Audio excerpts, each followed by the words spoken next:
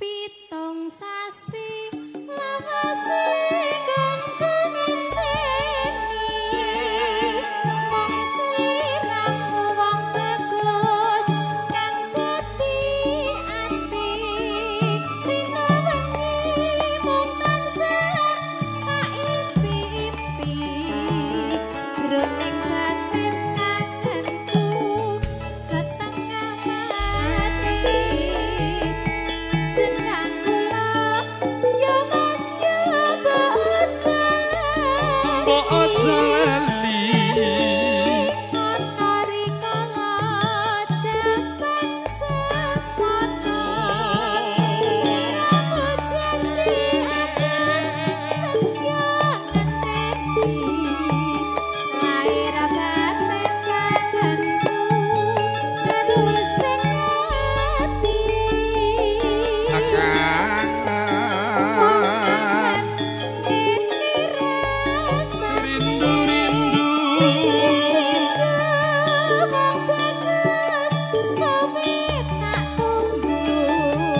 Angan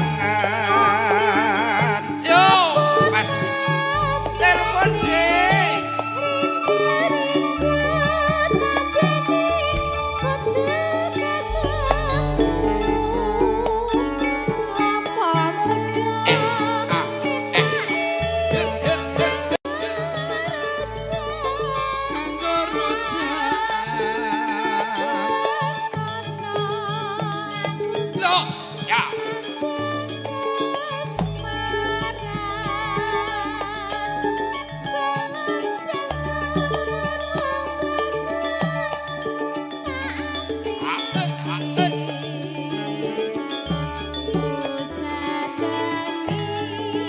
kecil kali.